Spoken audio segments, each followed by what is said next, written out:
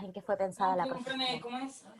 A partir de allí, creo que esa necesidad de poder descentrar, de poder desentrañar esas matrices teóricas, tiene que ver con tal vez algunos vicios que hemos ido construyendo en la profesión, vinculados a producir un debate que presentaba de modo caricaturesco aquellas matrices teóricas con las cuales queríamos diferenciarnos. Entonces tildábamos de positivistas a todo aquel que tenía una matriz teórica distinta, o que era parte de cierta complicidad con el capitalismo, ¿no? Digo, y en esto destacamos dos matrices fuertes, al menos en los últimos años, en el trabajo social latinoamericano y del Cono Sur, y uno tiene que ver con la perspectiva histórico-crítica, con fuerte cuño marxista, que va a reconocer la división sociotécnica del trabajo y cómo esa tensión inmanente del modo de producción capitalista entre las lógicas de producción de la riqueza de modo colectivo y las apropiaciones desiguales, esto que rápidamente decimos cuando vamos a dar un examen, la contradicción capital-trabajo, ¿no? Ese nudo central va a ser el ordenador de esas discusiones de orden disciplinar. Y desde allí se va descentrando y abriendo toda una perspectiva que va a discutir fuertemente esa división sociotécnica del trabajo.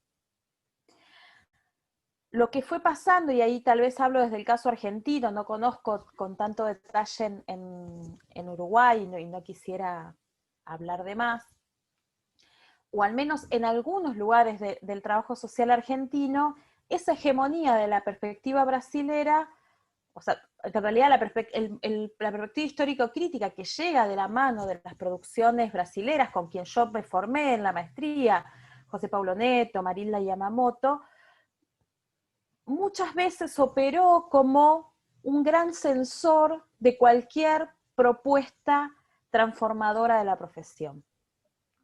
Y en eso, digo, tuvo que ver con esta disputa, esto que Teresa Matus propone hace ya 2 o 3 años, en que hoy lo que está en debate en el trabajo social latinoamericano, y en realidad en el trabajo social mundial, dice ella, es el estatuto de la crítica. ¿Dónde radica ese anclaje crítico del trabajo social?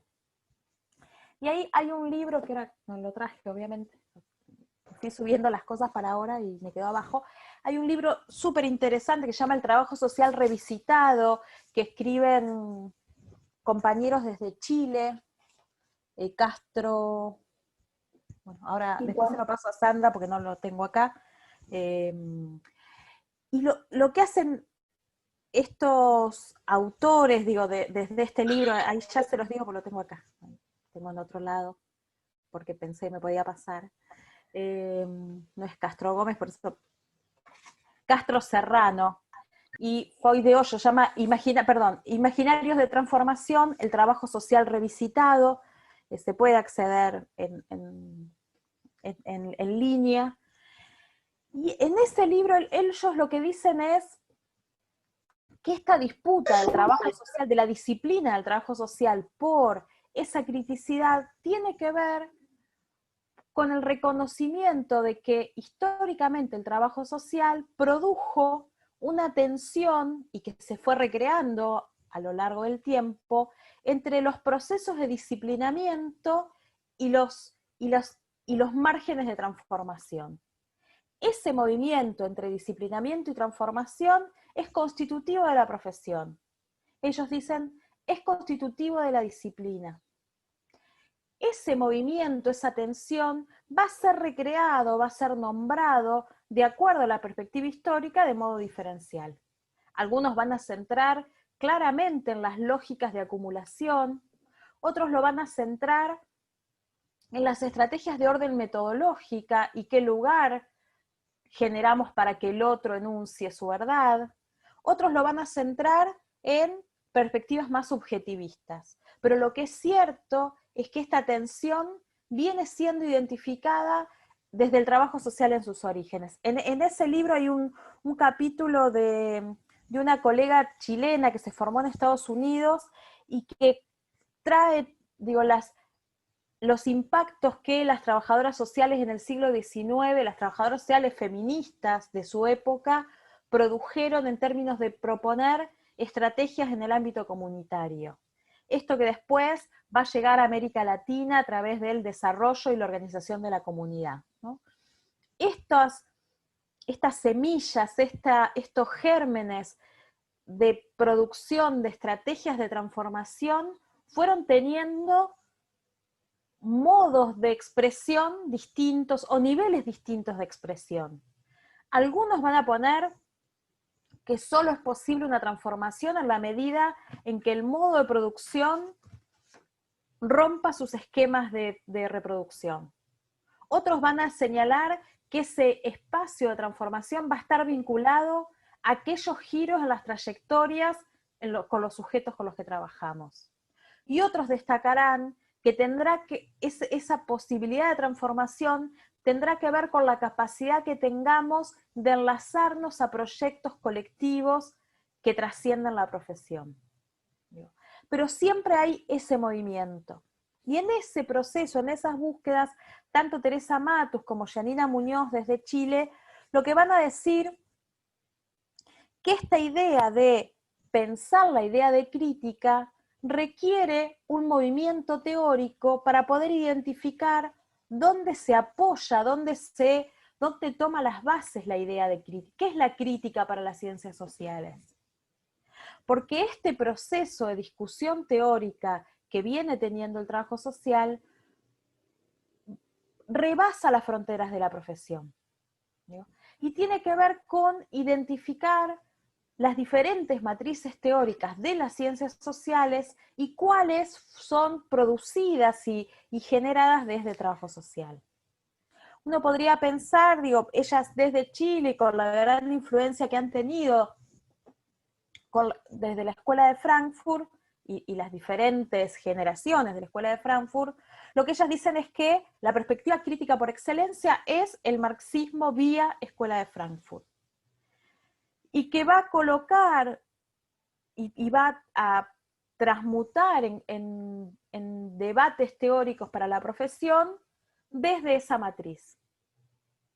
Y ahí sí creo que los rioplatenses hemos tenido más influencia burdiana que desde la Escuela de Frankfurt, y la traducción o la puesta en diálogo de esa perspectiva burdiana desde la idea de una perspectiva relacional, este reconocimiento de cómo lo social se hace cuerpo y las capacidades de agencia de los sujetos y de los agentes profesionales.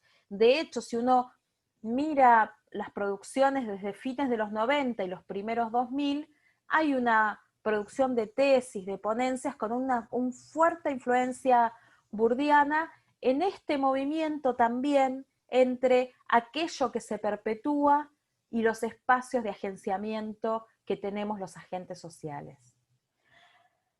También, ahí hay una cuestión interesante en este tiempo que tiene que ver con cómo la crítica se presenta desde el postestructuralismo. ¿Qué lugar, desde Foucault, desde Judith Butler, desde otros autores que van a poner en un lugar central la producción de los sujetos?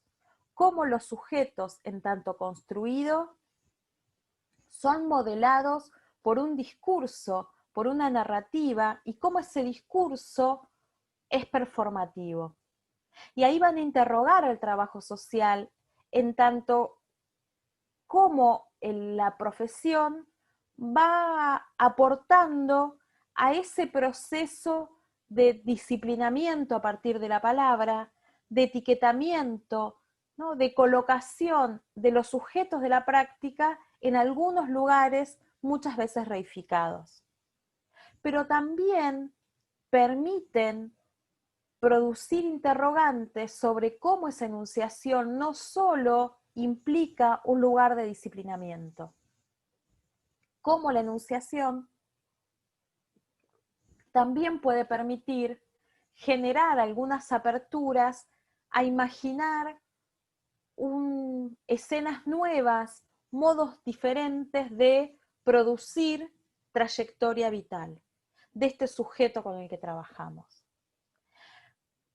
En esa misma línea de poder pensar la gubernamentalidad neoliberal, los aportes de Isabel Lorey, los aportes de Judith Butler, de Murillo en Argentina, de Verónica Gago, ¿no? Donde empiezan a plantear cómo la razón neoliberal no solo va a modelar los modos de existencia de los sujetos de nuestra práctica, sino también las nuestras mismas, ¿no? Esto que en Humorada decíamos de cómo la pandemia cruzado con el neoliberalismo hace que nos autoexplotemos al máximo, que estemos todo el tiempo necesitando no quedar, o sea, que no se nos vaya el tren, ¿no? Digo, eso en el mundo académico queda claro, ¿no? De cuántas publicaciones hicimos, a qué revistas, si lo llegamos a publicar este año, digo, todas las cosas que nos van pasando, y que tiene que ver con cómo el etos neoliberal se nos hace presente. Y en ese sentido, empieza a haber en este último tiempo una producción riquísima desde el trabajo social para poder discutir cómo se produce la resistencia a este etos neoliberal. De qué manera, desde la producción disciplinar, se producen narrativas otras, de qué manera se produce una lógica que disputa, que le dé pelea a esta lógica de la acumulación individual en términos de créditos académicos. Pero al mismo tiempo, ¿en qué lugar pensamos a los sujetos profesionales del trabajo social que están en lo que llaman los chilenos la primera línea, ¿no? Que hoy emerge con mucha fortaleza en términos de pensar cómo son los colegas que, o al menos en Argentina, que la pandemia nos viene pegando más fuerte que ustedes, cómo los colegas que están en primera línea están con niveles de agotamiento muy fuertes, con niveles de desazón, ¿no? Porque esta cuestión de la pandemia produce una idea de que parece que nunca va a terminar, ¿no? Y que mientras mirábamos cómo lo resuelven en otros lados, están de nuevo con casos. Y esa mirada sobre cómo el etos neoliberal se hace presente, se trama, se hace textura en nuestra práctica profesional, empieza a producirse esa tensión entre dónde, en qué lugar se va a centrar esa criticidad para producir resistencia. ¿Es en la primera línea o es en los espacios académicos que leemos la realidad? ¿No? Esa es una tensión que sigue presente, que es una responsabilidad de la academia producir algunos puentes, ¿no? Porque hay ahí algunas miradas que necesitan ser habitadas, ¿no? Digo, porque esa solo es una distribución de tareas, ¿no? Digo, venimos apostando y pensando a la profesión. Pero en ese movimiento, en este recorrido que va haciendo la profesión, emerge y tiene menos de 10 años, esta perspectiva que se inscribe en el giro decolonial, en los debates decoloniales.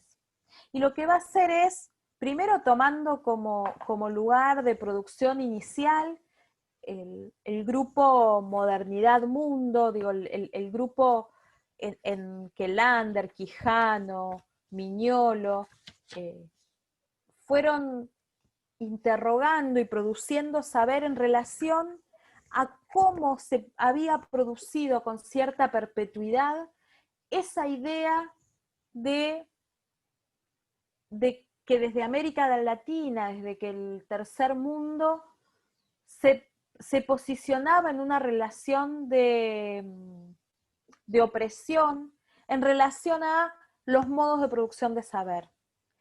Pensar que las ciencias sociales, que es lo que conocemos, históricamente fueron mirando las producciones que se generaban en otros continentes. y tomábamos algunas de esas categorías que habían pensado esos autores, que de los muchos de los que han sido nuestros referentes, pero con una idea de aplicación sin más. Lo que va a decir Quijano, Mignolo, Lander, Dussel, es que es necesario reconocer un pensar situado, que no es posible tomar los aportes efectuados desde el norte global con una idea de aplicación sin más, que es necesario poder pensar, como dice Dussel, desde nuestro paisaje. Siempre nuestro pensamiento está producido desde algunas raíces que hemos generado en nuestro espacio-tiempo singular. Y ahí Mignolo nos invita a pensar en términos de un desprendimiento epistémico. Él dice, la colonialidad del poder no solo produce, no solo está enlazado a las lógicas de ejercicio del poder, sino que esa colonialidad se expresa en una colonialidad del poder, del saber y del ser. Cuando nos están invitando a pensar la colonialidad del saber, nos están invitando a poder interrogarnos por qué leímos algunos autores y no otros. ¿Por qué en el mismo momento en que Goffman estaba pensando los procesos de etiquetamiento, estaba Fanon hablándonos de deshumanización y casi todos leímos primero a Goffman y tal vez después a Fanon? ¿Por qué algunos circuitos de producción de saberes tienen determinada direccionalidad y no el sentido inverso? ¿Cuál es la lengua que predomina generando una lógica de masificación de algunas ideas, ¿no? En trabajo social, en América Latina, en el sur, en el cono sur, mayoritariamente leemos de trabajo social en castellano, ¿no? En línea general, o en portugués hace unas décadas. Hay poca lectura en inglés. Pero eso significa que estemos desligados de las lógicas de la colonialidad del saber. Claro que no. Porque la particularidad de trabajo social es que no leemos a los colegas ingleses ni franceses, pero sin duda leemos a los sociólogos y a los antropólogos que han generado producción de otro continente. Y ahí pareciera que se da como un doble estándar de esa colonialidad del saber. Mignolo va a decir, para que se produzca ese desprendimiento, tenemos que también identificar de qué modo esto social, hecho cuerpo, hecho percepción, nos moldea y nos marca aquello que creemos que es criterio absoluto de verdad. Giannina Muñoz dice, nosotros renegamos de leer en inglés, pero con eso nos perdemos poder leer lo que las luchas que están sosteniendo las colegas del trabajo social en Oceanía. Nos perdemos las luchas que están produciendo porque ese hilo conductor de este movimiento que les señalaba al principio entre disciplina y resistencia es un movimiento que se va localizando a lo largo del mundo. Teresa Matus dice, nosotros en pleno proceso de globalización, lo que hemos generado es una tradición teórica del trabajo social altamente insular. Nosotros nos leemos por regiones. No leemos a los ingleses, no leemos a los franceses, no leemos a los africanos, no leemos a los orientales, ¿no? Hay una lógica de encapsulamiento regional que no nos permite poder encontrar en un proceso de altos niveles de globalización, de un capitalismo que ha producido lógicas cada vez más perversas para amplificarse, nosotros no logramos encontrar esos diálogos comunes con otros que están sosteniendo resistencias comunes. Pero volviendo a esta cuestión del giro decolonial, esta idea de pensar este desprendimiento del poder, del saber y del ser, nos invita a pensar en la producción de epistemologías otras. Una de las críticas que fue teniendo Quijano, Dussel, Lander y sobre todo este primer libro, La colonialidad del saber, ¿no? Que es un libro, La colonialidad del saber, Eurocentrismo y Ciencias Sociales, que ahí escribe Castro Gómez, Dussel, Arturo Escobar, digo, los que hemos leído fuertemente. Una de las críticas que fue teniendo, y mirando ahora el listado de autores, son todos varones, es que hay un eje central para pensar esa ruptura, para pensar ese desprendimiento, que es el reconocimiento del patriarcado, como marca indeleble en la producción del saber, y agregamos del saber disciplinar del trabajo social. Esta tríada, neoliberalismo, patriarcado y colonialidad, van a ser los que organicen la necesidad de una crítica y transitar un giro decolonial en la profesión. ¿De qué manera disputar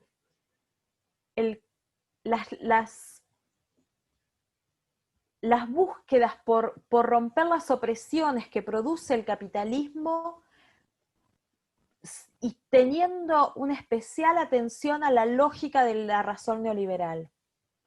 No nos alcanza con denunciar la extracción de plusvalía, porque el capital ha generado tal movimiento de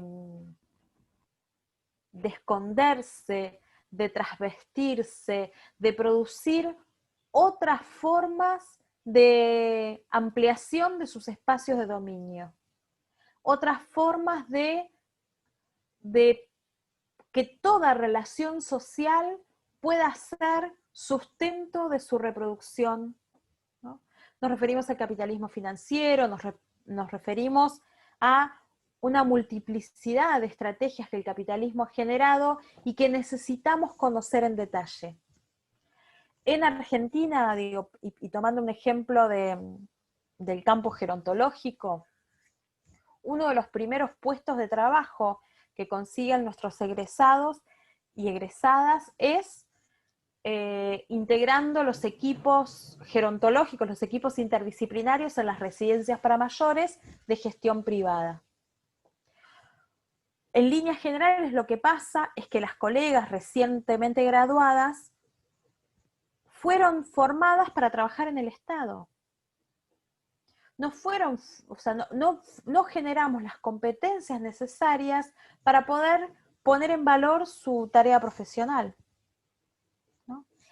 Este tránsito institucional en una lógica de producción de contradicciones constante, como lo es trabajar en una institución, que con tu trabajo se aporta a la generación de ganancia, ¿no? Esto es nuevo para la profesión y necesita ser enunciado. Por otra parte, la lógica patriarcal, bueno, el otro día lo charlamos bastante para pensar el campo gerontológico en relación al cuidado, en relación a cómo esto performativo de nuestra enunciación profesional sustenta las lógicas patriarcales a la hora de valorizar las dinámicas familiares, a la hora de pensar la mirada sobre los cuidados, ¿no? Hay algunas investigaciones en el campo de infancia que lo que plantean es que lo que se fue generando es una disputa en relación a la idea de lo que es cuidar bien a los niños, a la idea de la negligencia. ¿quiénes son los profesionales que van a estar ahí para marcar esa negligencia? Somos nosotros, y mayoritariamente, digo, colocando en el lugar de culpabilizando a las madres. Y esta lógica de la colonialidad del saber también se hace presente en esta tríada que el trabajo social desde el giro decolonial va a proponer romper o incidir en generar algunas transformaciones. Otra de las cuestiones que me parece interesante destacar tiene que ver con cómo la propuesta de pensar una mirada desde de la profesión en esta relación tensa entre los regímenes de visibilidad y la construcción de agencias y los regímenes de enunciación, ¿no? En esta idea de cómo el trabajo social aporta a esta idea del hacer ver, ¿no? Que si bien lo discutimos bastante en términos capacitistas de qué supone esta idea de la visibilidad, pero por otra parte, reconocer que esta idea de ampliar los espacios de visibilidad, digo, implica construir agenda y llevar al plano de lo público aquello que muchas veces aparecen de modo conflictivo para nuestra intervención, leyéndose como algo del mundo de lo privado. Y también, y ahí tomando los aportes de Spivak, lo que aparece con mucha fortaleza es la pregunta por las lógicas enunciativas, ¿no? Esto que en ciencias sociales aparece muy fuerte de darle voz a aquellos que no tienen voz, ¿no? Y que nos gusta mucho, digo, nos coloca en un lugar que nos invita. Pero lo que invitan estos autores, y sobre todo los que se inscriben dentro de esta mirada poscolonial, lo que van a decir es, el problema no es de aquellos que no tienen voz, porque al fin de cuentas, los modos de enunciación han estado presentes siempre. El problema está radicado en las condiciones de escuchabilidad. En cuánto hemos generado para hacer audible la voz de aquellos que están colocados, que han sido producidos en un lugar de subalternidad, en un lugar de opresión, ¿no? Este movimiento que el giro decolonial en clave de las preguntas que se viene haciendo desde el trabajo social, de la producción teórica, lo que nos va a invitar a pensar es a girar, a dar vuelta aquello que creíamos que era parte de nuestro repertorio. Discutir los modos de organización doméstica, discutir las formas de distribución del poder en aquello que creíamos del ámbito que era exclusivo del ámbito privado, repensar cuál ha sido nuestra posición en relación a la escucha, ¿no? Cuánto hemos aportado a perpetuar relaciones de desigualdad. Y ahí María Eugenia Armida, que es una colega de la Universidad del Mar del Plata, ella propone que el debate decolonial lo que invita es a un pensar complejo que bucee contradicciones y complejidades, ¿no?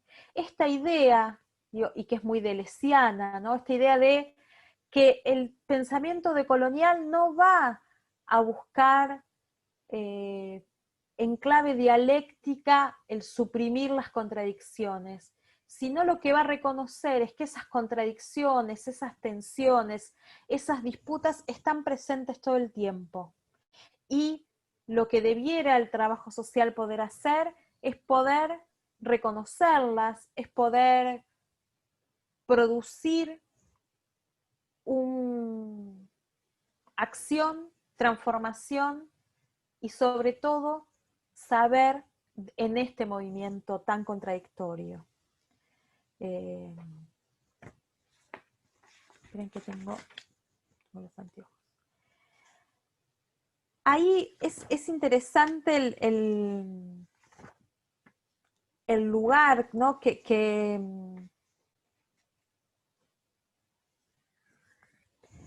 Digo, cómo las disputas desde el trabajo social, desde la decolonialidad o la descolonialidad, van a discutir fuertemente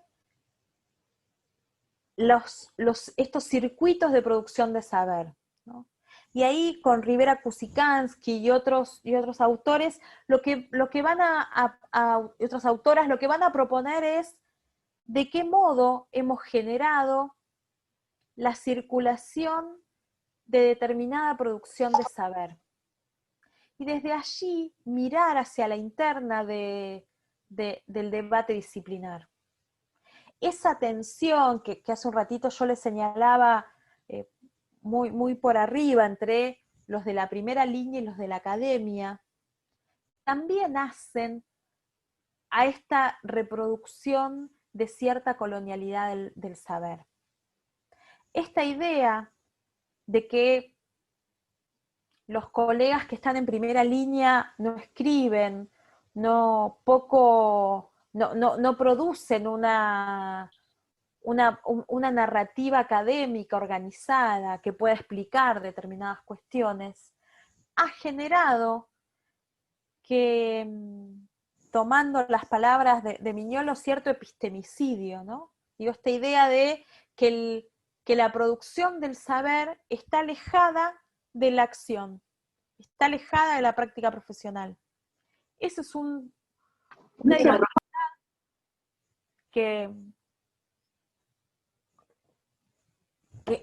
hoy se expresa en términos de ciertas tensiones, pero fundamentalmente es un movimiento que amerita ser habitado, que amerita poner allí palabras y reponer.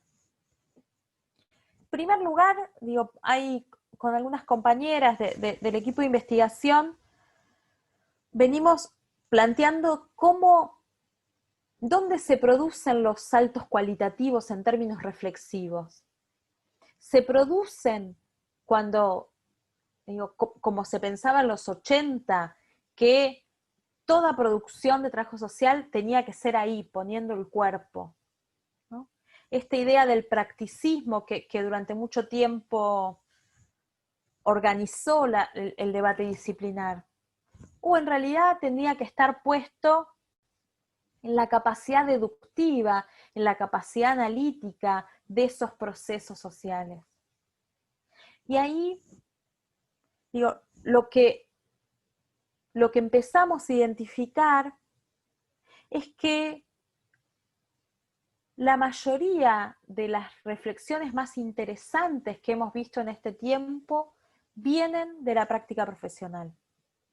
Pero no porque la práctica profesional, porque el estar ahí per se produzca saber, sino porque empezamos a encontrar a muchos colegas con flexibilidad, ¿no?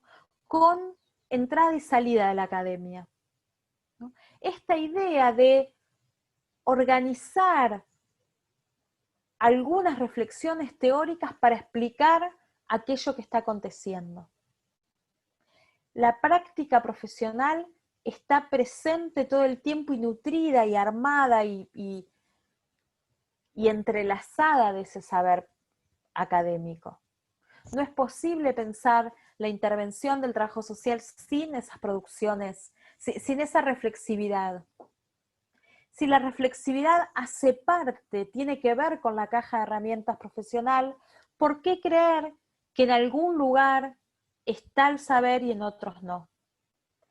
Parte de este movimiento del giro decolonial lo que nos viene a traer es cierta, no es reconciliación la palabra, cierto hacernos amigos de nuevo entre los que están en uno y otro lugar. Este movimiento que permita volver a dialogar entre los de la academia y los del territorio. entre los que escriben libros y los que hacen informes sociales. Es una división operativa, pero necesitamos pensar en este movimiento circular, en este movimiento de ronda que permita que aquellos saberes, que aquellas palabras sean nuevamente habitados por todos y por todas. Ahí es interesante, espérenme que venía por acá, de qué manera reconocer este movimiento y esta circularidad a la hora de producir saber, cómo se enfrenta, tal vez débilmente, con la lógica del etos neoliberal. Proponer un proceso de producción de saberes en la disciplina que permita ese movimiento de reciprocidad supone enfrentar una lógica que nos invita y nos coloca en un lugar de acumulación individual. Y esto está pasando. No solo es aquello que deseamos, sino que tiene que ver con reponer otros modos de habitar el mundo, con reponer otras formas de producir saber y producir verdad. Ahí es interesante el reconocimiento de cómo el debate feminista hace parte de esta producción y estos debates disciplinares, pero fundamentalmente hace parte la necesidad de desnaturalizar las lógicas academicistas. Hace 2 o 3 días María Eugenia Armida daba un ejemplo sencillo, pero que quienes transitamos la academia lo conocemos, y decía, está tan naturalizado el patriarcado que estamos habituadas a que a las mujeres nos digan: vos que sos más prolija, ocupate de la rendición del subsidio del proyecto, ¿no? Esta idea de que mientras nosotros estamos juntando los tickets para hacer una rendición, los compañeros están dando la conferencia en otro lado. Esto se dio durante muchos años en el trabajo social, ¿no? Y empieza a revertirse, empieza a enunciarse como una lógica que necesita ser revisada. Una profesión como la nuestra, que es altamente feminizada, se pone en relación fuertemente con las lógicas de la distribución de tareas entre los géneros, de los modos de producción y de formatear esos ejercicios de práctica social. Y ahí, una de las cuestiones que se vienen discutiendo en varios lugares de trabajo social tiene que ver con cuánto el trabajo social debe reconocer las discusiones vinculadas al cuidado. ¿El trabajo social es una profesión asociada al cuidado? Cuando nosotros decimos que acompañamos las trayectorias de los sujetos con los que trabajamos, ¿estamos pensando en una lógica de cuidado? ¿Qué implica el cuidado? Un cuidado que desde la lógica patriarcal es feminizado. Un cuidado que las feministas materialistas francesas van a decir que es un modo de producción, el modo de producción doméstica. ¿Cómo hacemos para poder reconocer esa acción sutil y esa potencia que reviste el cuidado, con todas las alertas que el debate sobre la economía feminista del cuidado estamos haciendo? ¿Se entiende a dónde que voy? Por ahí me estoy enredando, ¿no? A ver, lo digo de nuevo, a ver, por las dudas, porque por ahí Nosotros señalamos que entendemos que trabajo social se inscribe dentro de aquellas profesiones que se ocupan del cuidado de los otros. como lo plantea Dubet, ¿no? Junto con la docencia, con la enfermería. Digo, claramente en nuestra identidad atribuida está vinculado al cuidado. Y nosotros creemos que ese cuidado que queremos debatir, que queremos disputar sentidos, que creemos que es necesario producir sentidos otros sobre el cuidado, donde no quede el cuidado como una responsabilidad exclusivamente femenina, que creemos que es necesario disputar ese sentido asociado al cuidado, pero lo que también sabemos es que no es posible pensar la vida por fuera de los cuidados, porque el cuidado tiene que ver con esta sostenibilidad de la vida. También es cierto que esas dimensiones distintas que se expresan en el cuidado, alguna de esas dimensiones nos encargamos desde el trabajo social. Y creemos que pensar el cuidado es pensar el lugar en el que colocamos al otro. Y que las relaciones de cuidado nos contienen no solo en el lugar de dar, no solo, como dicen los españoles, en relación de ayuda, sino que nos colocan en un lugar potente en términos de creación. Pero al mismo tiempo, creemos que ese debate del cuidado debe ir acompañado de un debate sobre la ética del cuidado.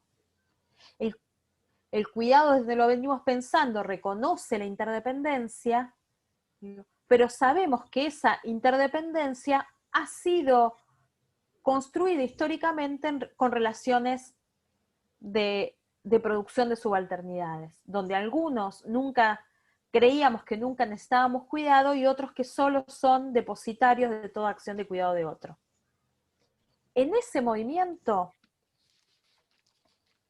creemos que en mi tesis yo planteaba que tiene tanta carga, digo, en ese momento, hace 4 años decía, tiene tanta carga la idea de cuidado que tal vez tengamos que optar por otro modo de nombrar esto que hacemos y que tenga que ver con la idea del acompañamiento, ¿no? Un acompañamiento de trayectorias donde el otro toma decisiones sobre su vida.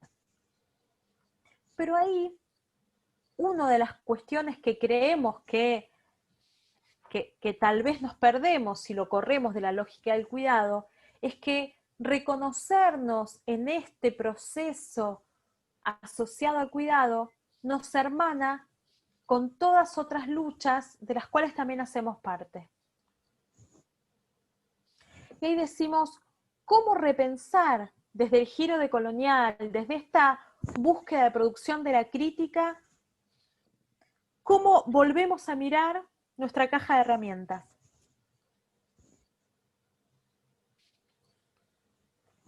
¿Cómo se conforma nuestra caja de herramientas? Con esto me refiero a esta dimensión operativo-instrumental, esta operación de la táctica, a este momento donde aprendemos el saber hacer, ese oficio que es parte de la producción de la disciplina.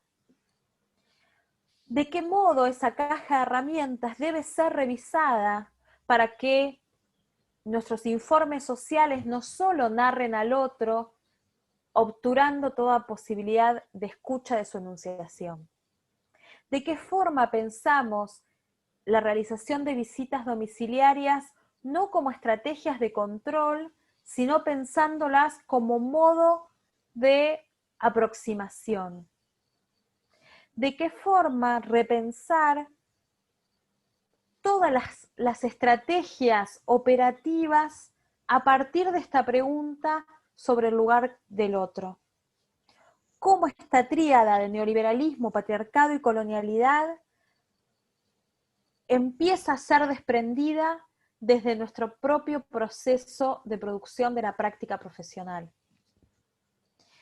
Y ahí una de las cuestiones que vengo trabajando hace un tiempo, no tanto, es esta idea de que pensar la práctica profesional, pensar la intervención del trabajo social, es pensar en términos de habitar la incomodidad. Y esto viene bien del discurso feminista. Esta idea del habitar, digo, que no solo es que nosotros estamos ajenos a la vida del otro y entramos y salimos, sino pensar en una espacialidad común, en un tiempo común y en un encuentro de corporalidades. Ese habitar implica reconocer esa acción situada, ese pensar situado, ese reconocimiento de la necesidad de construir circularmente con otros ese saber. Y al mismo tiempo, pensar la incomodidad es reconocer que nuestro proceso de producción de la práctica profesional implica un proceso de movimiento que nos descentra. Intervenir es incómodo. O sea, no solo hacemos 5 encuestas, otorgamos 3 recursos y se terminó nuestra acción. Es bastante más complejo que eso, y esa complejidad hace que nuestro modo de habitar esa relación vinculada a la intervención nos coloque en un lugar de, no me sale la palabra, de que nos mueve el piso, ¿no? Pensar la incomodidad es pensar qué tipo de repertorio corporal ponemos en juego a la hora de la intervención. En contexto de pandemia, mucho más, ¿no? Nuestro repertorio corporal, nuestra gramática corporal está dispuesta de un modo singular a la hora del encuentro con el otro. ¿De qué forma ese encuentro hoy está siendo modelado por un discurso médico que nos indica que lo que debemos garantizar es el distanciamiento físico? ¿Cómo generamos modos de aproximación que se desapegue, que se desprenda de aquel repertorio que teníamos dentro de nuestra caja de herramientas? ¿De qué modo ese habitar implica una forma de encuentro con un otro con el que construyo una relación asimétrica porque tenemos posiciones diferenciales, pero que es necesario que esa simetría, que esa relación sea habitada por todos los términos de la relación, que sea nombrada, que sea complejamente narrada, una complejidad que responda a las lógicas de ese movimiento que tiene la realidad, ¿no? Pensar esto de bucear en esas contradicciones tiene que ver con esta lógica de habitar la incomodidad.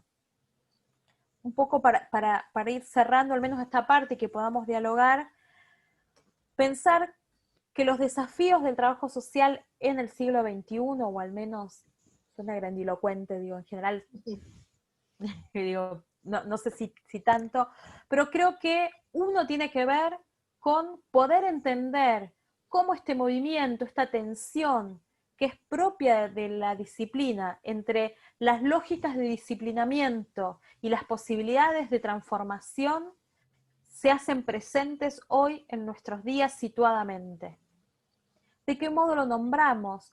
¿Cuáles son esos márgenes que se habitan, que se producen entre esos procesos de disciplinamiento propios de la modernidad, del capitalismo? Digo, ahí apelo a que recuerden los aportes Foucaultianos sobre el ejercicio del poder, sobre las tecnologías de poder, donde nosotros hacemos parte de ese desarrollo de la tecnología de poder. Digo, cuando pienso en disciplinamiento lo pienso desde ese lugar, pero de qué manera también se produce, se apertura a otra cosa en ese encuentro. Poder pensar que esa tensión entre disciplina y transformación va a ser explicada de modo distinto de acuerdo a nuestra matriz de análisis, pero lo que hoy viene produciendo el trabajo social latinoamericano es una advertencia sobre poner en discusión a quién leemos.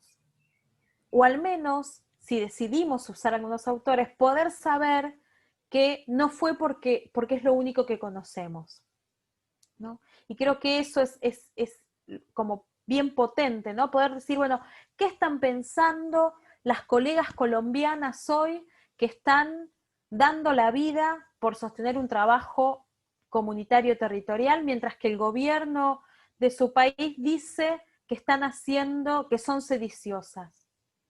¿Cómo nos hermana esto que están sosteniendo las compañeras colombianas con lo que están pasando ustedes con el gobierno que inició?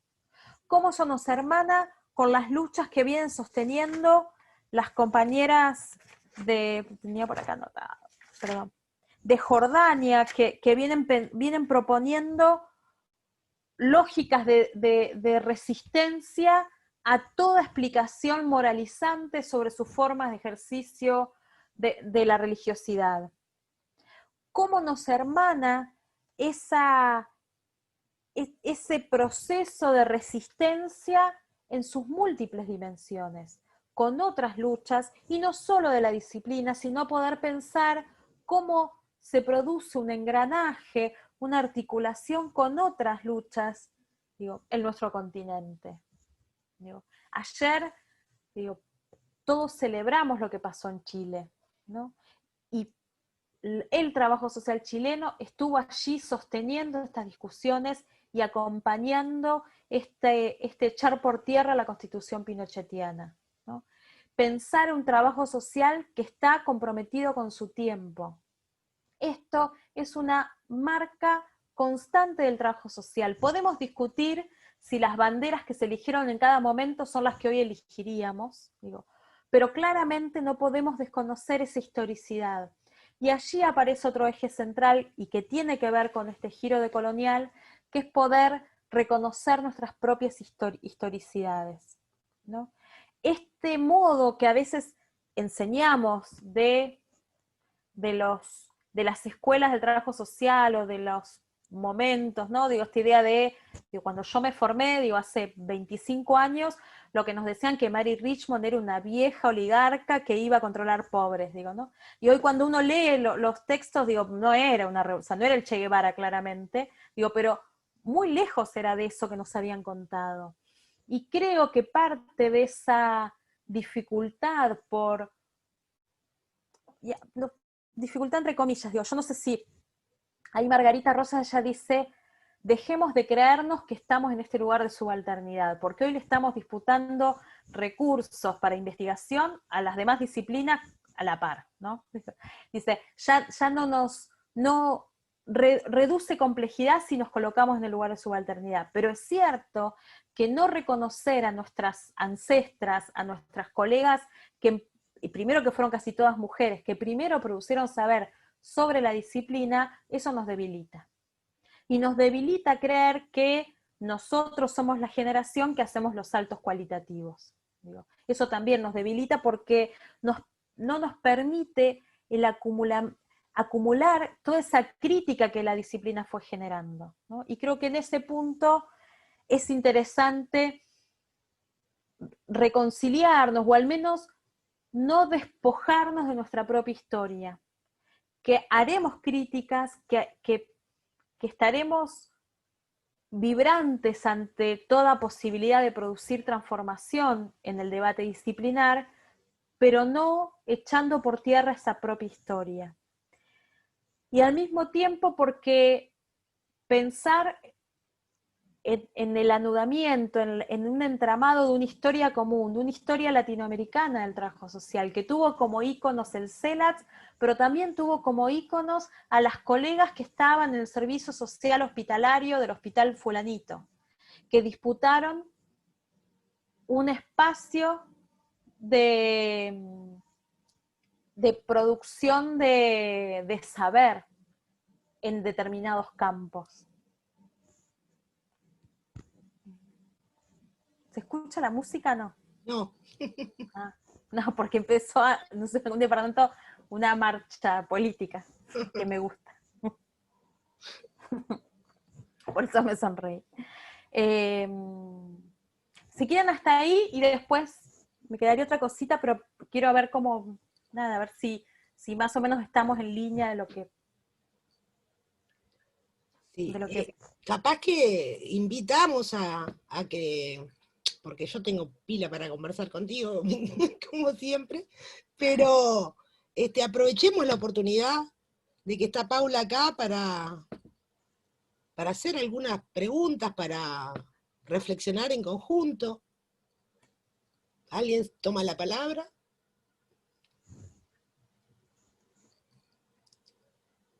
Parece que, viste que cuesta. No sé, Sí, alguna de sobre las... todo a ver si les resuena con algo de lo que venían viendo, si es más o menos lo que venían viendo, si les... también para hacerme preguntas yo. Claro. No, claro, porque eso es lo enriquecedor, ¿no? Digo, cuando aparece la voz de un otro que nos interpela en lo que estamos pensando. Si no, nos quedamos siempre regodeándonos en dos o tres ideas que tenemos, y que como no son contrastadas, las seguimos reafirmando. Y ahí nos generamos conocimiento. También se podría, Sí. si quieren, si estamos todos muy tímidos, habilitar el chat y también digo, y yo las leo, si estamos tímidos. Pero mientras tanto, capaz que esto de ir pensándonos, ¿no?, en la historia del trabajo social y sobre todo en la formación, ¿no?, en nuestras propias formaciones y las que estamos habilitando, y en esta producción de la caja de herramientas de la que hablabas, Paula. Muchas veces no le damos nombres, ¿no? Y a partir de las lecturas vamos pudiendo como colocar determinadas ideas dentro de determinados marcos teóricos, conceptuales, metodológicos. Pero esta perspectiva del trabajo con las personas desde un lugar de derechos, por ponerle un nombre, ¿no? De romper con la idea de subalternidad, por más que no le pongamos el nombre, por más que no estemos diciendo esto es un giro de colonial, cuando planteamos, ¿no?, el por qué cuestionamos las visitas y el llamar las visitas domiciliarias, no solo el ir, sino llamarlas así, ¿no? Cuando en las supervisiones discutimos esta idea de, bueno, ¿dónde está la palabra? ¿No? En el caso de vejez, ¿dónde está la palabra del viejo, de la vieja acá? ¿No? ¿Por qué nos quedamos con los discursos institucionales? ¿No? Esta suerte de ir cuestionando las cosas que per se aparecen como la realidad, ¿no?, lo instituido. Y esto, sin ser nombrado, forma parte del acervo del trabajo social.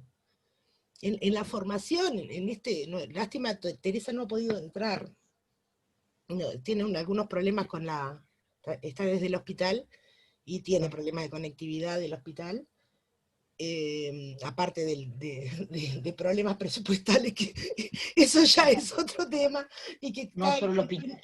en un gran riesgo el hospital de clínicas, y tenemos que tratar de pensar formas para bueno, intentar romper con esta avanzada neoliberal en términos de políticas sociales y de recorte presupuestal. Pero eso es un paréntesis. La cuestión es que Teresa no puede entrar, y es una lástima, porque primero es una de las docentes históricas del trabajo social, y aparte es la precursora del proyecto integral Cuidado Humano, Derechos e Inclusión Social. Natalia quiere hablar, ahora le damos la palabra a Natalia. Y sería interesante cómo ir viendo, ¿no?, en esto de rescatar la historia del trabajo social, ver cómo dentro, a veces sin nombrarla, como decía al principio, determinadas prácticas tienen que ver con este giro decolonial que ahora nombramos, que coloca que da la palabra, pero que habilita esa palabra, no en el lugar de conceder la palabra, sino hacerla audible, que vos decías, Paula. Le voy a dar la palabra a Natalia, porque si no colgamos a charlar, y después a Romina. Así que adelante, Natalia. ¿Cómo anda? Bueno, gracias, Sandra, ¿no? Si me tocaba nomás, yo porque para romper con esto de la timidez. Bueno, muchas gracias, Paula, y bueno, y al resto también de lo que estamos compartiendo esta sala grande. Yo soy Natalia Vicio, soy docente de proyectos integrales acá en el CENUR Litoral Norte, en Salto. En realidad el CENUR es más que Salto, pero esas cuestiones que uno tiene arraigadas también, que nació fuertemente vinculada a la regional, y además la carrera se dicta fuertemente en Salto. Tenemos estudiantes, por suerte, de toda la región y de otros lugares también del país. Y esto de lo que traías me parece como, pero más que pertinente y compartible en el sentido, ¿no? Y en el enfoque también desde, ¿no? epistemológico que le queremos dar a la formación y a esto que vos traés, ¿no? Un poco los debates y cómo pensar, ¿no? Redefinirnos desde un marco, ¿no? Que incorpora y se posiciona claramente, no toma una opción, ¿sí? ¿No? Desde la teoría crítica, desde una perspectiva dialéctica, ¿no? Y cómo también, ¿no? enriquecerla con estos aportes que vos traéis y de lo que un poco también traía Sandra, ¿no? Que a veces también yo creo que en trabajo social nos pasa mucho lo que sucede en el campo de las ciencias sociales, nos ha pasado con muchas de las categorías que a veces han estructurado nuestras lecturas de la realidad, que no, que están atravesadas muchas veces por modismos. Entonces veníamos trabajando desde un lugar, ¿no? Y ahora resulta que le ponemos el nombre, ¿no? Y es como cuando lo nombramos, emerge a la vida, ¿no? Es como esa cuestión del hecho, ¿no? De la palabra, ¿no? La fuerza de la palabra justamente que construye. Entonces nosotros en eso, ¿no? Con los estudiantes y las estudiantes trabajamos como mucho y apostamos a eso, ¿no? Y como el énfasis fuerte colocado en la preocupación por empezar justamente esas mediaciones a partir de las cuales recuperar la contradicción, no para hacer una cacería de brujas, ni de identificar, ¿no? quién es el bueno y el malo, que es justamente esa matriz que tenemos fuertemente arraigada en nuestra formación y en nuestro proceso de disciplinamiento moderno, ¿no? que nos ha atravesado en forma hegemónica. Entonces, ¿cómo pensar justamente esas contradicciones como parte de lo que es justamente, ¿no? esa realidad que está en movimiento, pero que se nos plantea a veces como inamovible, ¿no? como imposible de cambiar, ¿no? Entonces, y en esas tensiones, y ahí es donde trabajamos. Y donde vamos a trabajar, yo a veces también, pobre gurice, es como, bueno, ustedes trabajadores del siglo XXI, como que si todo el siglo XXI vaya a estar marcado por esto, pero bueno, nuestra vida es limitada y bueno, viviremos una parte de este hermoso siglo XXI. Pero lo que sí es cierto es que, como no vos bien traías, no podemos ser ajenos a ese acumulado. Podemos optar, pero no decir que no sabemos o no conocíamos, ¿no? Elegimos intención, podemos no pararnos o no adherir a esta forma, ¿no? Y a esta matriz de la cual pensar nuestro ejercicio profesional y nuestra formación. Que pobre Urice, por 2 años, al menos acá en Salto, lo van a tener que hacer desde este lugar porque es la propuesta que los desafiamos cuando empiezan el PI en tercer año, ¿no? Posicionarse desde esta matriz, desde este enfoque, y también cómo ir incorporando las propias críticas o cuestionamientos para ir visibilizando también las limitaciones y la potencia que tiene también este enfoque cuando en realidad hacemos el esfuerzo de corrernos, de pensar esa realidad, de pensar el dolor, la miseria, las necesidades del otro, la esperanza de esa persona con la que trabajamos también, no ya desde esos marcos que heredamos y que nos enamoramos, nos encantan, ¿no? Yo que sé, nos encanta Bourdieu, nos encanta Foucault, nos encantan, pero, ¿no? ¿Desde qué lugar lo mediamos en nuestras particularidades, ¿no? Creo que ese es el esfuerzo y la dificultad más grande que tenemos, ¿no? Desde el trabajo social, justamente para recuperar el sentido que tiene, como no, vívido de la contradicción, ¿no? Porque si no quedamos en esta cuestión de que a veces nos cuesta mucho, ¿no? Seguimos como pensando más que en términos justamente de mediaciones, en términos de categorías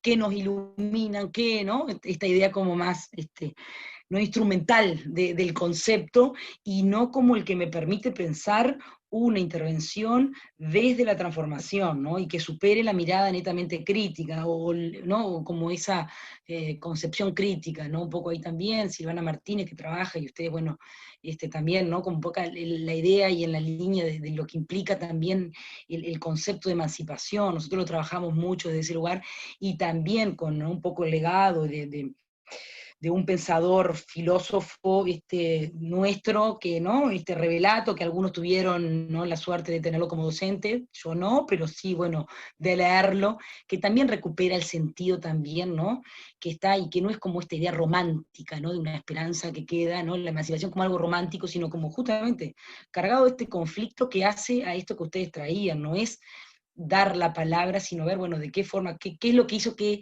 esas voces, por ejemplo, ¿no?, que vos traías, no estuviesen calladas, o más bien no escuchadas, ¿no? Un poco lo que traías. Creo que en realidad dispara un montón de cosas, Paula, no sé si aportar para seguir pensando como en otras cuestiones, pero en todo esto a mí a veces me generan como también estos debates de que también hacen, ¿no? Una cosa es pensar el trabajo social desde ¿no?, incorporando un poco los elementos y las preguntas que debiéramos hacernos desde este trabajo social que pretende dar un giro epistemológico y un giro decolonial, ¿no? Como muchas veces nos quedamos, por un lado, como muy aferrados a esas categorías que nos anulan la posibilidad de recrear, y después también en estas cuestiones que nosotros en nuestro país, hermoso él, como, ¿no?, divino lugar en el mundo, pero que tiene una fuerte construcción centralista, donde el interior es como un monolítico, y está Montevideo, y el interior, entonces eso también implica hacer ese giro de colonial, ¿no? Entonces poder pensar también un trabajo social, ¿sí?, que no es ni más ni menos diferente en este lugar de la tierra que nos toca trabajar, ¿no? Pero digo porque me parece que en esto que vos traías coloca mucho de esto, ¿no? Así como vos decías hoy, ¿no? Muchas veces el no leer en inglés o no leer otras experiencias, ¿no?, nos anulan esa capacidad de ver, bueno, por dónde pasan las reivindicaciones de otros. Pero no nos tenemos que ir muy lejos. No leemos muchas veces los trabajos que compartimos acá en este corazoncito, nomás en esta parte, ¿no? Y a veces como invalidamos, no solo el trabajo de los colegas que trabajan así en primera línea, como vos decías, sino también de nuestros propios pares, en términos también académicos, en términos, ¿no?, como esta cuestión a veces más peyorativa de colocar lo que no se produce en los centros legitimados de saber, no es saber, ¿no? Entonces, me parece que son como muy pertinentes todo lo que traes, y bueno, y yo también tengo un problema así de colgarme y de irme por las ramas, así que bueno, me voy a cortar por acá. Buenísimo, Pero muchas Natalia. gracias. Buenísimo, la verdad. Romina había pedido la palabra. Romina. Hola, acá estoy. Bueno, Paula, primero gracias, siempre es un placer compartir contigo y escucharte. Obviamente esto da como para un montón, pero dos de las grandes cuestiones sobre las que me quedé pensando, sobre todo cuando traías esto de nuestro repertorio, ¿no?, en nuestros lugares comunes también desde la práctica profesional, en esto de cómo tenemos la responsabilidad de dar voz a quienes no tienen voz. La primera reflexión que me surgía sobre esto también, ¿no?, de corrernos y repensar las condiciones de escuchabilidad, es también como en esta dinámica del dar voz a quienes no tienen voz, no reproducimos a veces una práctica paternalista o avasallante, ¿no?, sobre estas y estos sujetos, cuando a veces nos posicionamos desde este lugar de acelerar procesos, ¿no?, como con este escudo de dar la voz a quienes no tienen voz, y como a veces avasallamos y nos colocamos en un lugar de mayor protagonismo del que deberíamos, ¿no? Y como ahí también entra en tensión como con el verdadero ejercicio como de la autonomía, de respetar también los procesos del otro, y de reconocer también, bueno, qué lugares debemos ocupar en esto de potenciar, ¿no? Y después lo otro también, como retomando esto de a quienes leemos y por qué, y cómo estas lecturas o matrices teóricas también van moldeando nuestra práctica profesional y nuestras formas de interpretar también la realidad, también me llevaba a pensar como este desafío de integrar la dimensión política y el contexto también político a nuestra práctica profesional y a nuestro campo de investigación y también hacia nuestra reflexividad, ¿no? Pienso mucho en esto de cómo también la línea ¿no?, como más preponderante a las ciencias sociales tiene que ver con intentar preservar la objetividad, ¿no?, como siempre esa tensión entre, como decías hoy al inicio, ¿no?, como esa matriz más positivista, ¿no?, de estar siempre como queriendo adaptarnos a un formato de ciencia dura, que si bien tenemos chorreras de tinta igual, ¿no?, sobre los proyectos ético-políticos y de cómo es la práctica profesional también de ese lugar, yo veo como que seguimos teniendo como miedo a integrar la política, ¿no?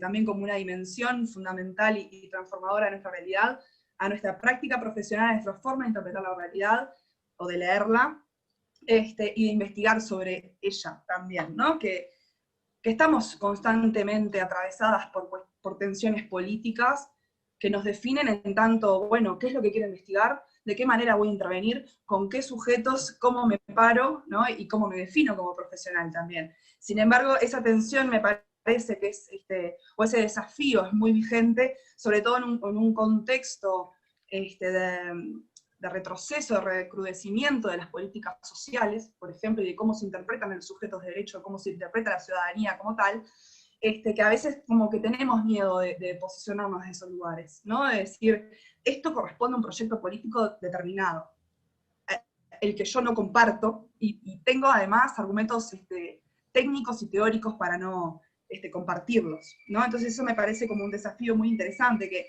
yo trabajo en el Hospital de Clínicas, ¿no? Yo hace 3 años más o menos que egresé, y hace 1 año y medio estoy trabajando en el Hospital de Clínicas, en esto que hoy decías, ¿no? Como en la barra de primera línea, como conversábamos.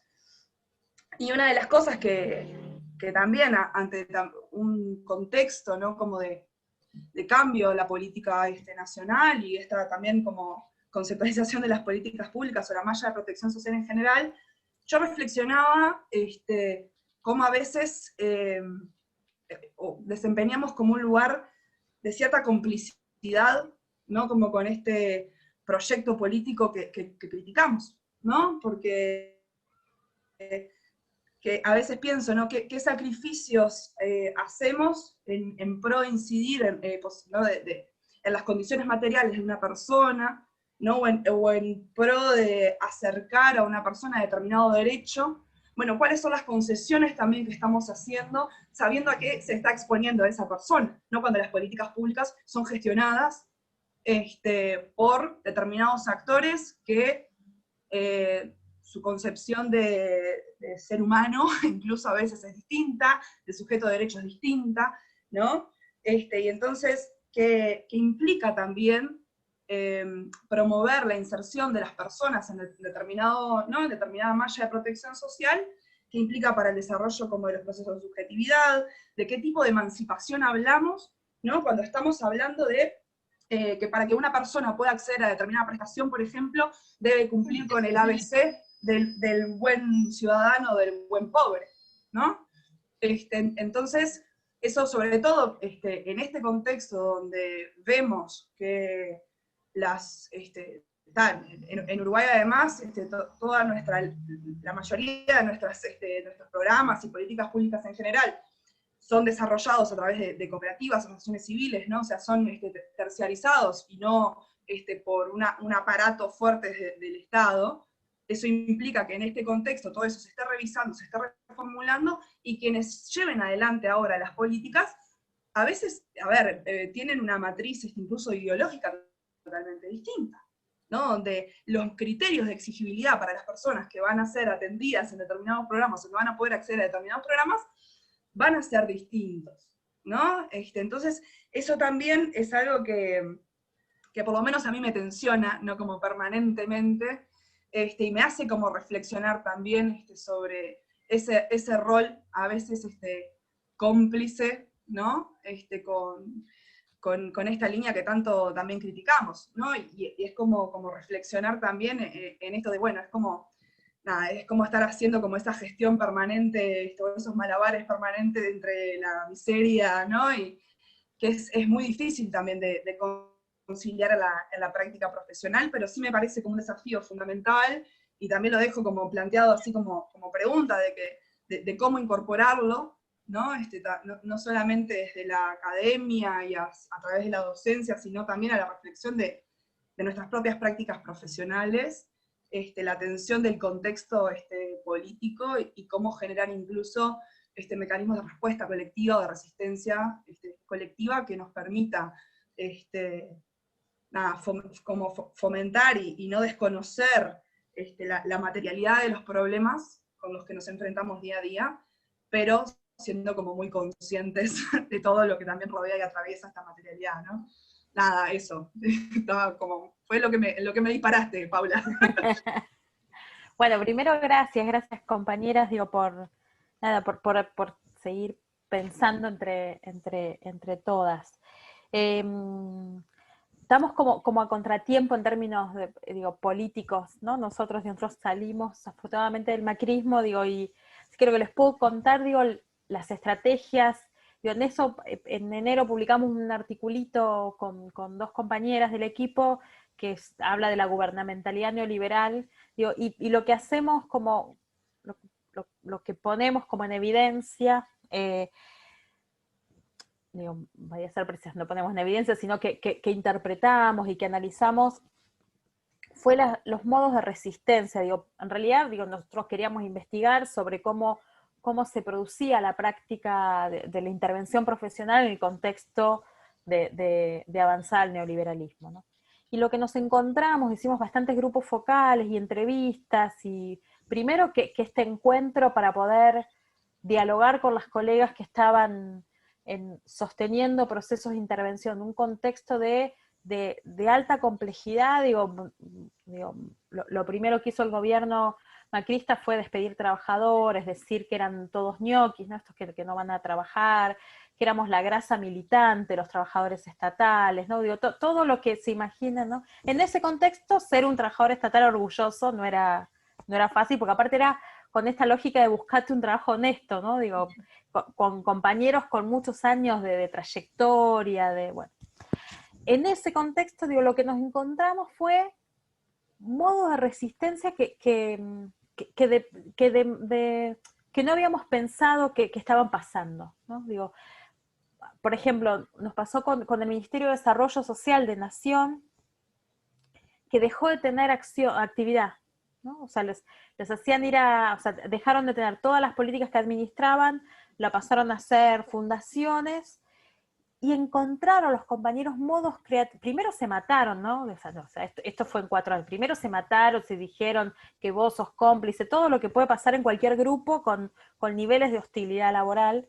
Digo, pero después fueron encontrando modos creativos de resistencia que no eran tal vez tan articulados como uno esperaba, ¿no? Articulados al movimiento obrero organizado, pero sí encontraron modos de hacer más vivible y habitable esos espacios. Y correrse la lógica de la trinchera, ¿no? Esta idea de, bueno, armo la trinchera, no entra nadie y me resguardo. No, poder pensar en derribar esos límites que supone la trinchera, ¿no? Que es una metáfora. Ahí un colega, Graciano Braganza, él siempre dice, nos gusta tanto la idea de la trinchera porque es un sincericidio decir que lo que hacemos es poner una barrera para que los pobres no entren, ¿no? Digo, pensemos todas las veces que decimos, no, estamos en la trinchera, ¿no? Digo, porque es esta idea de poner ahí el filtro. Y ahí, digo, me parece que eso fue bien interesante, escuchar los modos en que las colegas habían logrado producir algunas estrategias de resistencia y de poder abrir el espacio a los sujetos de la práctica, ¿no? Esto, digo, fue muy, digo, que pasó en algunos sectores, en algunas áreas y no en todas, porque también esta dificultad de identificarse como un actor político en el entramado institucional, también, digo, pasa acá, ¿no? Esto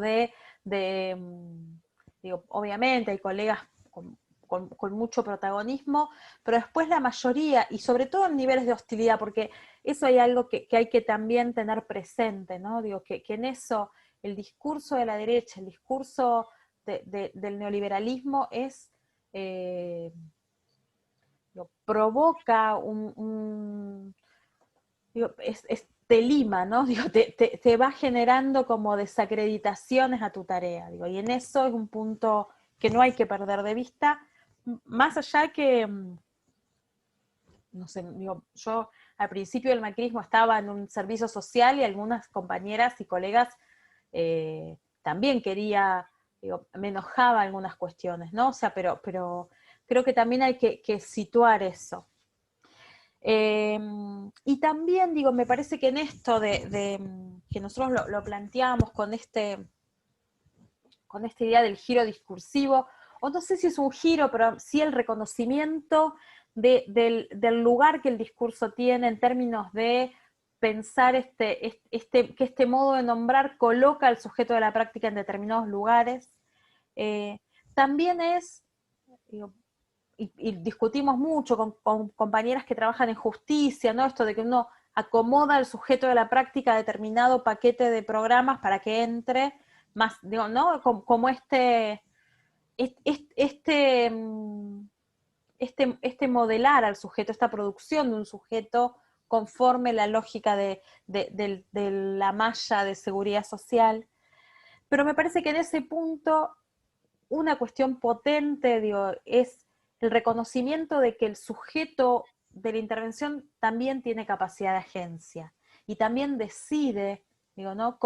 En esta capacidad de negociación de que no solo sos, digo, en el modo de enunciar el beneficiario de tal programa, sino que sos un sujeto más allá de esa clasificación, ¿no? Me parece que en ese punto está bueno como pensar este lugar de esa negociación de sentidos, de esa articulación que hacemos siempre. Y sí, digo, en esto de que tal vez el giro corporal, tal vez es estas discusiones más postestructuralistas, veremos, digo, cuál elegimos, digo, o sea, hay que elegir una, digo, porque me parece que hay puntos comunes de las matrices, pero creo que este reconocimiento de que la intervención de trabajo social es una experiencia corporal, este reponer el cuerpo, nuestra propia corporalidad para pensar la acción profesional, es un movimiento que resulta necesario. Y sobre todo, digo, que estalla de cierta manera en el contexto de pandemia, ¿no? Con la cuestión del distanciamiento, pero todo el tiempo nuestra acción profesional, nuestra tarea docente es corporal. Digo, todo lo que, digo, este encuentro, este repertorio corporal que ponemos en juego, necesita ser un analizable más, ¿no? Porque no solo somos lo que decimos, ¿no? Digo, esto que le decimos a los estudiantes cuando hacen el programa que quieren analizar el discurso ¿no? Digo, bueno, decimos, bueno, la gente dice una cosa y hace otra, ¿no? Digo, esto que, bueno, nosotros también en el ejercicio de la profesión. Digo, entonces me parece que está bueno poder traer esta idea de la práctica social que es corporizada. Y el lugar del lenguaje, porque si bien el lenguaje en este encasillamiento de programas y todo lo que sabemos, también la posibilidad de la enunciación, la posibilidad del dialogar es potente en la medida que podemos acompañar algunos relatos y narrativas de aquello que tal vez previo a ese encuentro interventivo no era enunciado, ¿no? Y ahí podemos dar múltiples ejemplos de lo que acontece en el encuentro interventivo y que a veces se desatan procesos que fueron posibles por ese encuentro, ¿no? Y me parece pero que no es un encuentro en el aire, sino que es en el marco de algunos encuadres institucionales, en el marco de regulaciones que hacen posible que nuestra acción allí se despliegue, ¿no? Y me parece que ese punto, porque también el trabajo social pasó por allí para poder discutiendo que el espacio institucional era un corset y que no permitía encontrar y liberar al pueblo, ¿no? Digo, también necesitamos ese encuadre porque eso también nos preserva en nuestra propia existencia, ¿no? Como profesión, digo. Y no solo por la discusión corporativa, sino porque hacemos falta a los trabajadores sociales, digo. Y hay todos dicen que sí, digo, ni que fuéramos todos trabajadores sociales. Digo, pero nada, esto, me parece que está bueno reconocer y yo creo que, y ahí sí, digo, desde el giro de colonial, este reconocimiento de lo corporal es el reconocimiento de que nuestro repertorio corporal no solo es una acción racionalizada, ¿no? Sino que también hay algo de nuestra existencia, de nuestro encuentro que apela a la emocionalidad, que en realidad expresa emocionalidad. Y ahí lo digo sabiendo el riesgo que corro en un contexto en el que las neurociencias están ahí queriendo meterse, ¿no? Pero no le regalemos la emocionalidad a las neurociencias. Digo, no le regalemos la emoción a la derecha, porque nosotros, cuando el otro en esa entrevista logra poder decir eso que sabíamos o que intuíamos que le pasaba, pero que lo puede expresar y a partir de ahí desatar procesos para buscar una solución, cuando logra decir algo o al menos reconocer lo que le está pasando, eso nos conmueve. Digo, y que nos conmueva hace muchas veces que desate la búsqueda de estrategias para intervención, estrategias otras, ¿no? No le regalemos la pasión a la derecha, no le regalemos la emoción, porque nosotros somos trabajadores sociales, pero solo podemos ser trabajadores sociales en la medida en que nos reconocemos en nuestra propia subjetividad precaria corporizada. Está ahí por ahora.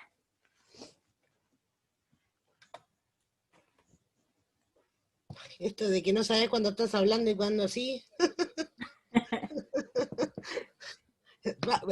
Aparte de incorporar el cuerpo, las emociones, también alguna cosa así chamánica, o no, el Zoom nos va, están ahí, Claro. no sé si hablar.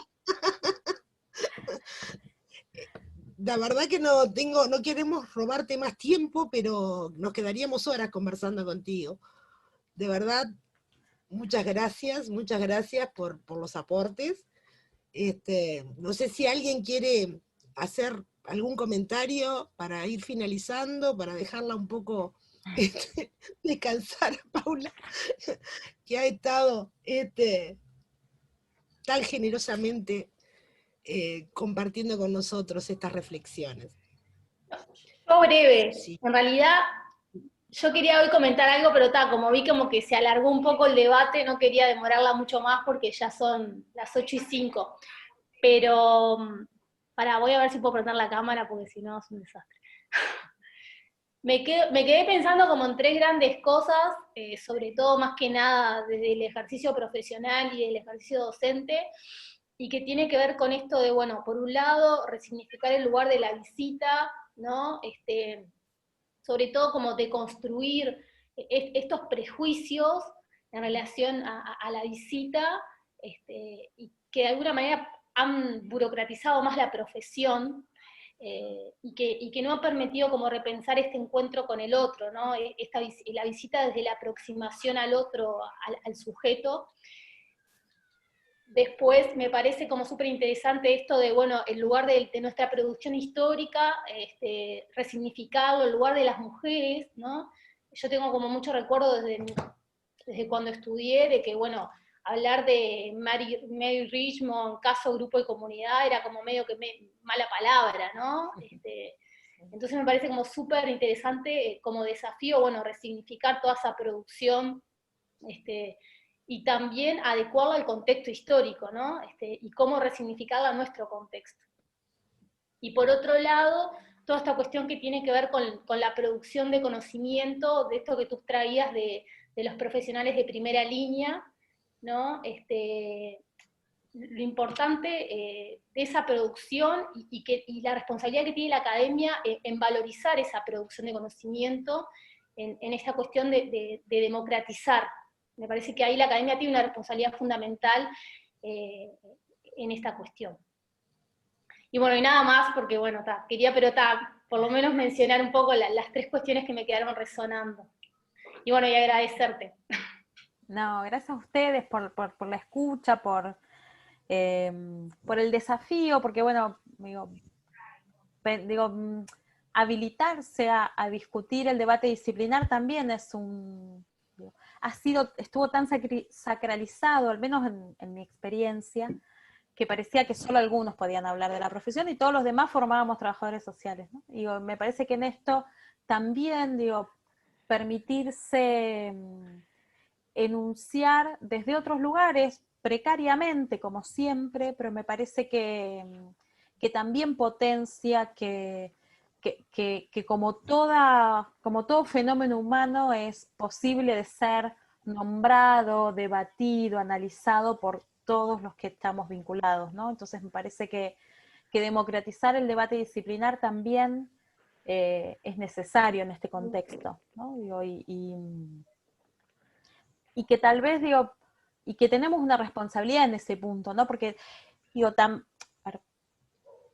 y esto lo hablo por mí, digo, mientras que decíamos, bueno, como estaban fulano, no quiero dar nombres para no meter la pata, digo, pero como estaban fulano, mengano, discutiendo la disciplina, nosotros nos ocupamos de los temas que nos interesaban, ¿no?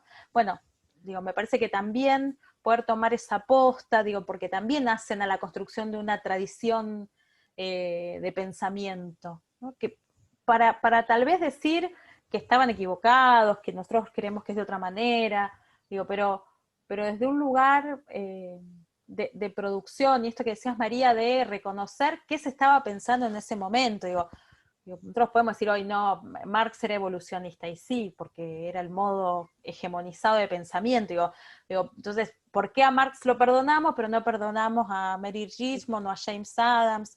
Digo, porque aparte después nos lo roban los sociólogos, porque James Adams aparece como parte de la escuela de Chicago y era socióloga para algunos, digo, y no, era nuestra, digo.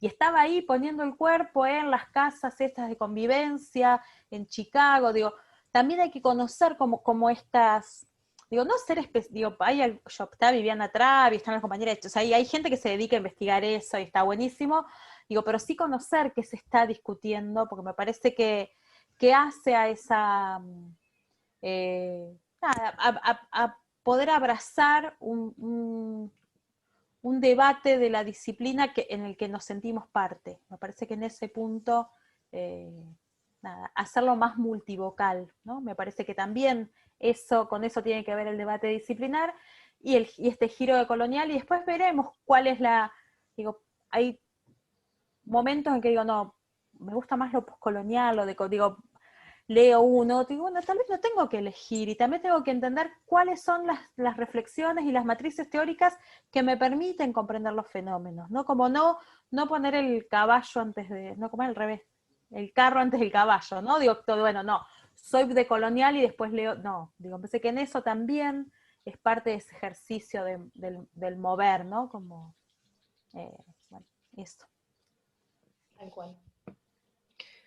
Buenísimo, Paula, muchas gracias. No, Muchas gracias. ustedes, muy lindo verlas. Sí. Ya vamos a ir a Montevideo a tomar unas cervezas. Ni que hablar. Muchas gracias de nuevo, no te queremos robar más tiempo. Así que bueno, nos estamos viendo en la próximo encuentro del AVIS, el 18 de noviembre, que va a estar Bien. Teresa Marcelo y Teresa. Una lástima que Tere no pudo entrar, pero quedó grabada la charla. Y probablemente también intentaremos subirla, porque la verdad que es súper rica, y hay que ser generosas con el conocimiento, y todo lo que vos aportás, Paula, siempre nos hace pensar muchísimo. Ya sabés lo que pienso, así que, no, y me encanta afirmarlo públicamente. Para que me pueda colorar. Bueno, Gracias de nuevo, Pauli, y nos estamos viendo. Nos vemos. Con